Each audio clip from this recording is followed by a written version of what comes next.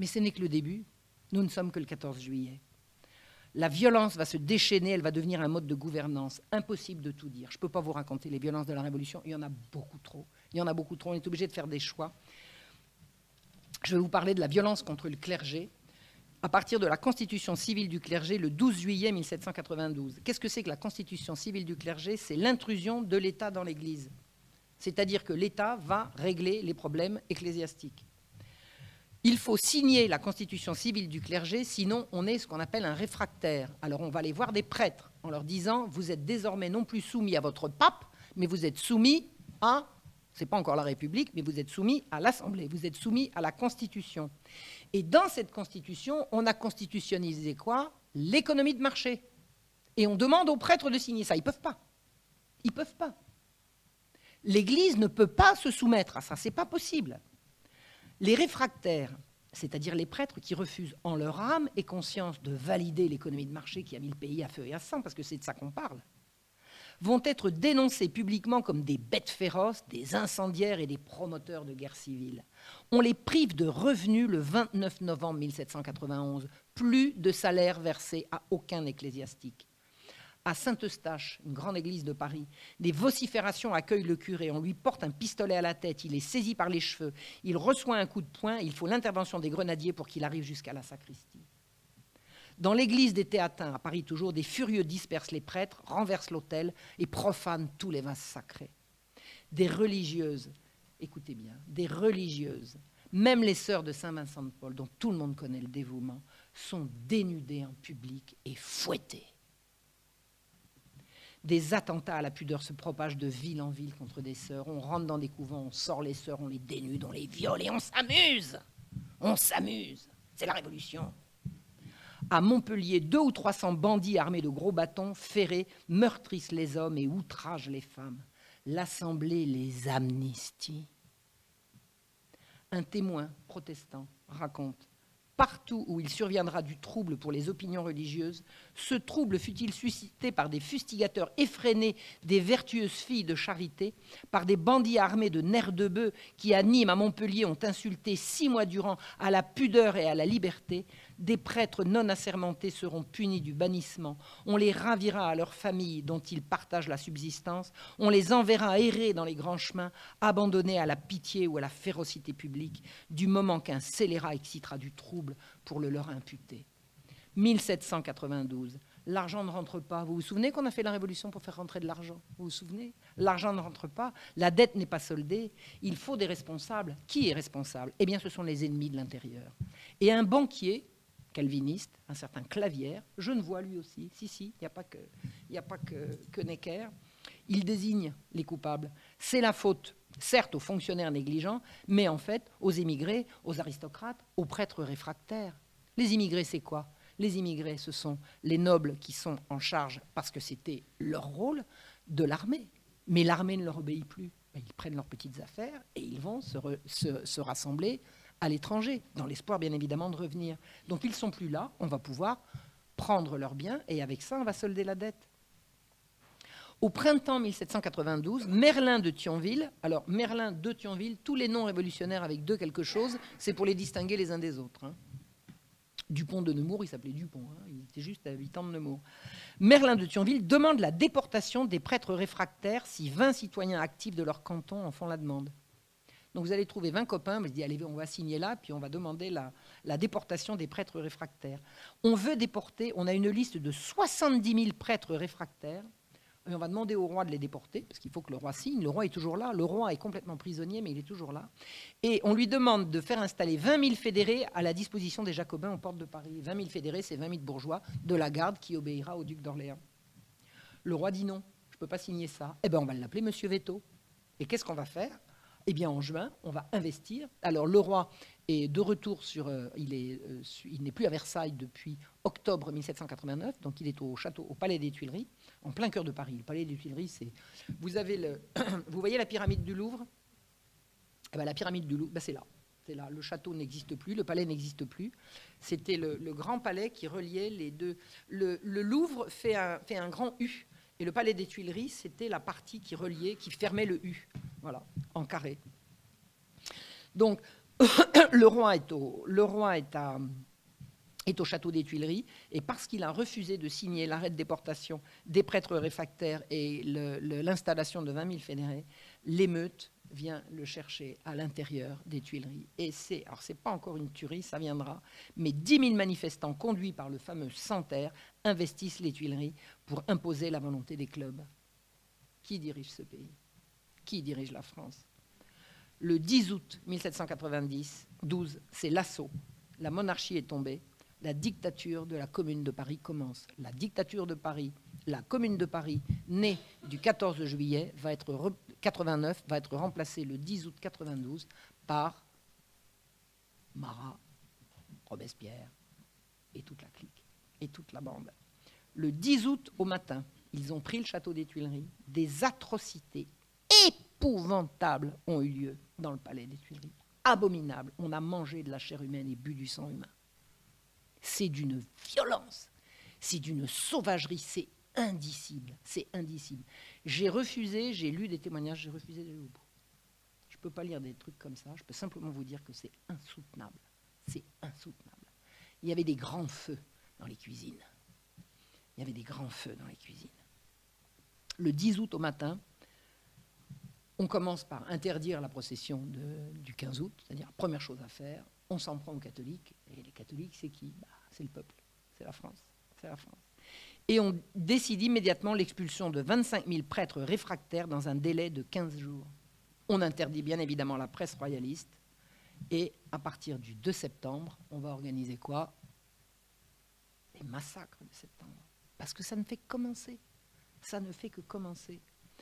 Qu'est-ce qu'on sait de ce qui s'est passé au massacre de septembre? Moi, j'ai toujours entendu dire, et même encore quand j'étais à la fac, j'ai toujours entendu dire que les massacres de septembre, c'est la population qui, effrayée à l'idée d'être envahie par le duc de Brunswick et les armées étrangères, s'en est pris à une troisième colonne, une cinquième colonne, je vais dire, qui était dans les prisons. C'est absolument pas la réalité.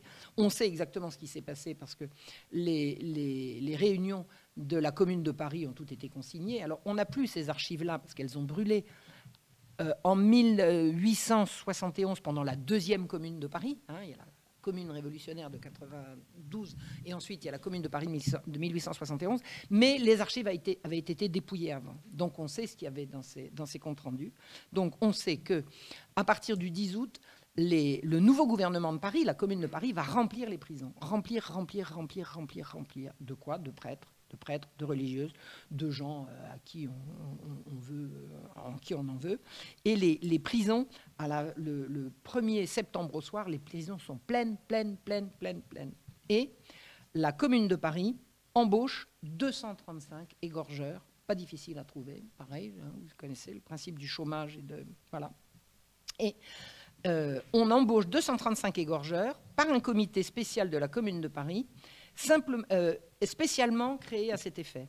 Et ces égorgeurs seront surveillés par Pétion, le maire de Paris, Manuel, qui laissera des souvenirs, qui a beaucoup écrit et qui terminera guillotiné, Robespierre, au milieu, Marat, et les officiers municipaux et les juges de paix, Panis et Sergent, qui sont payés par le ministre de l'Intérieur, Roland, ou par le ministre de la Justice, un certain Danton. Et on organise d'aller dans les prisons qui sont bondées, massacrer les prisonniers. C'est une abomination. 1400 détenus, c'est-à-dire des gens qui sont plus que sans défense, puisqu'ils n'ont même pas la possibilité de reculer ou de fuir, ils sont prisonniers. 1400 détenus. On les tue à l'arme blanche. Un bataillon de 50 soldats mettant les égorgeurs en joue les aurait neutralisés. Paris regorgeait de gardes nationaux qui étaient armés de pied en cap. On aurait donné l'ordre aux gardes nationaux, arrêtez-les, ils les arrêtaient immédiatement. C'est-à-dire que l'ordre a été donné de ne pas intervenir. On a les noms des massacreurs et on a même leur signature sur les quittances qu'ils ont signées en échange de leur salaire.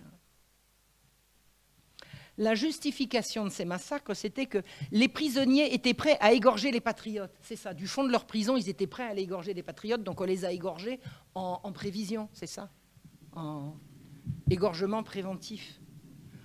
Or, qu'est-ce que c'était que ces prisonniers? Des prêtres réfractaires? Des soldats suisses rescapés du 10 août, Les soldats suisses qui n'ont pas été tués pendant l'assaut du 10 août ont été mis en prison, comme ça on a pu les égorger et on a pu les achever. Des galériens, on est allé dans la prison où il y avait des galériens, parce que les galères n'existaient plus en tant que telles. Quand on était condamné aux galères, ben on allait en prison. Voilà. Les galères ont cessé d'exister dans le courant du XVIIIe siècle, donc la peine la condamnation aux galères existait sans que les galères existent. Donc vous aviez des galériens qui étaient en prison. Eh ben on les massacre, puisqu'ils sont en prison. Ils allaient forcément attenter à la sécurité des Parisiens. Et on leur vole leur pécule. On vole 173 livres pour 75 hommes et on les vole. Ben oui, ces gens ont faim, qu'est-ce que vous voulez? On va à la Salpêtrière. La Salpêtrière, c'est l'hôpital général. Qu'est-ce qu'il y a à la Salpêtrière? Ben, il y a les pauvres et puis il y a également les correctionnaires. Et dans les correctionnaires, il y a quoi? Il y a des filles de joie, puis il y a des petites voleuses. Eh ben, on les massacre. Ben, elles allaient forcément attenter à la sécurité de l'État, sûrement. Les prisonniers arrêtés pour des petits délits correctionnels et emprisonnés à Bicêtre vont également être massacrés, ainsi qu'une trentaine d'enfants et d'adolescents de 12 à 17 ans, pour la plupart, qui étaient des colporteurs de journaux. On en a fait un tas. On en a fait un tas. 30 enfants ont été massacrés. Et j'ai lu un témoignage d'un des tueurs qui disait « C'est dur la vie à cet âge-là, ça résiste. Qu'est-ce que c'était dur de tuer les enfants ?» Et vous savez ce qu'ils ont fait à la Salpêtrière? Ils sont rentrés dans le dortoir des petites filles. Et à votre avis, ils les ont violées toute la nuit. Le sang de 1500 personnes, ça représente une masse de 7000 litres de sang. J'ai fait le calcul. Ce sang se répandait dans les rues. J'ai bientôt fini. Le sang se répandait dans les rues. On a promené des têtes au bout des pics dans les rues. On a mangé de la chair humaine et bu du sang humain. On a violé, outragé, dépecé vivant, mutilé, tué de mort lente. Heureux qui tombaient sous le premier coup. Les prisonniers qui voyaient comment mouraient les autres essayaient de prendre la position qui leur permettrait de mourir le plus vite possible.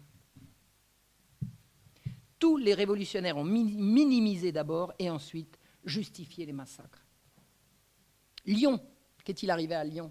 Ville de 150 000 habitants. À sa tête, un certain Joseph Chalier, ami du ministre Roland et grand admirateur de Marat qui l'imitera. Le 9 septembre 92, on vient juste d'arrêter de massacrer à Paris. On va essayer de faire la même chose à Lyon. Et on va tenter de perpétrer à Lyon les mêmes massacres qu'à Paris avec une liste de 200 aristocrates. Alors, aristocrates, c'est le contraire de patriotes. Vous avez deux catégories de Français maintenant. Vous avez les patriotes, qui sont avec les francs-maçons du Grand Orient, puis les autres, c'est les aristocrates. La garde nationale intervient et empêche le massacre. Elle n'empêchera pas que 3 officiers et 4 prêtres tirés du lit seront massacrés, mais le massacre n'aura pas lieu. Lors du procès du roi, les Chaliers, ce sont les partisans du fameux Chalier, Joseph Chalier, ami du ministre. Les Chaliers tentent de faire signer par la force une pétition en faveur de l'exécution du roi. Mais les Lyonnais résistent. Les Lyonnais, qui à l'origine sont pour la Révolution, ne veulent pas de ces violences. Ils disent non. Les Lyonnais vont résister. Les Chaliers vont rester au pouvoir pendant 80 jours. Ils vont s'appuyer sur les Jacobins lyonnais, les Jacobins, c'est-à-dire la franc-maçonnerie, c'est le Grand Orient que ça s'appelle. Et ils ont comme programme la répression de tous les opposants et la constitution d'une armée révolutionnaire payée par l'imposition sur les riches. C'est quoi l'imposition sur les riches? Tous ceux qui sont au-dessus du plus bas niveau, on leur pique tout ce qu'ils ont. Et on aligne tout le monde vers le bas. Le 29 mai 1793, les sections Lyon se soulèvent contre le gouvernement Chalier. On chasse les buveurs de sang, on veut le retour à une municipalité vraiment lyonnaise qui défende les intérêts des Lyonnais. On arrête Chalier, on le juge et on l'exécute. Les Lyonnais reprennent le pouvoir. Eh bien, que décide la Convention? De raser Lyon de la carte. On va raser Lyon de la carte. Kellermann assiège Lyon le 7 août et le 22, il la bombarde. Une ville assiégée de tous côtés, bombardée nuit et jour. Une population de 120 000 âmes, il n'y a pas dans tout cela, non même pas 1500 patriotes, mais 1500 personnes que l'on puisse épargner. 150 000 personnes, on veut qu'il n'en reste même pas 1500.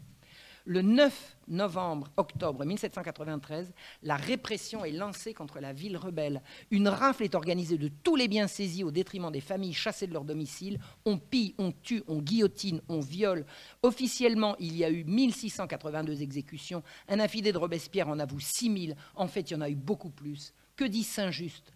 Vous avez à punir quiconque est passif dans la République et ne fait rien pour elle. Vous n'êtes pas républicain? Non, vous n'êtes pas pour la République. Alors, vous ne faites rien pour la République, vous êtes passible de punition. Entre le peuple et ses ennemis, il n'y a rien de commun que le glaive. Il faut gouverner par le fer ceux qui ne veulent l'être par la justice. La République ne sera fondée que le jour où les sans-culottes, seuls représentants de la nation, seuls citoyens, régneront par droit de conquête. Alors maintenant, il faut que ça soit dit, c'est ça la République, hein, d'accord? C'est ça la République. Le décret du 12 octobre dit « Le nom de Lyon sera effacé du tableau des villes de la République. La réunion des maisons conservées portera désormais le nom de ville affranchie. Il sera élevé sur les ruines de Lyon une colonne avec une inscription « Lyon fit la guerre à la liberté, Lyon n'est plus ». Parce que c'est la liberté, ça. C'est l'inversion des mots, l'inversion des valeurs. Ce sont des fous. Lyon est rebaptisé donc commune affranchie. Il ne restera que la maison du pauvre et les bâtiments consacrés à l'humanité et à l'instruction publique. On loge la troupe révolutionnaire chez l'habitant où on guillotine le mari et on se sert de la femme et des filles, vous devinez comment. On démarre la destruction des plus belles maisons de la place Bellecour et on tue près de 2000 personnes.